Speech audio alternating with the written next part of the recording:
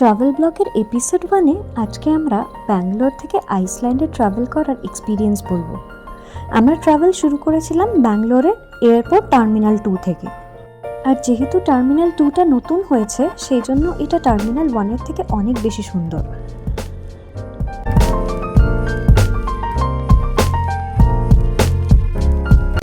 Festive সিজনে এতটাই সুন্দর লাগছিল রাতের দিল্লিকে।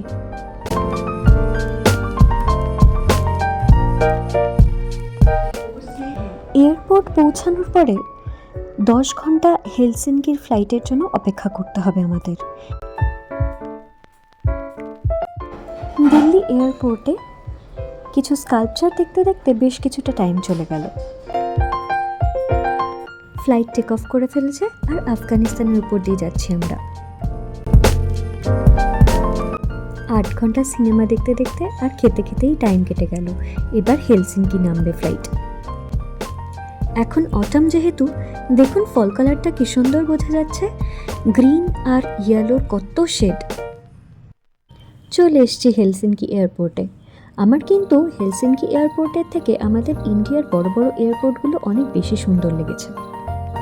হেলসিঙ্কি থেকে আবার ফ্লাইট ছাড়লো আইসল্যান্ডের উদ্দেশ্যে।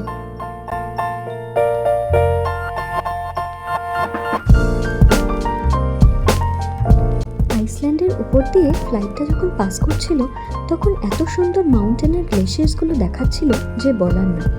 দেখতেই পাচ্ছেন।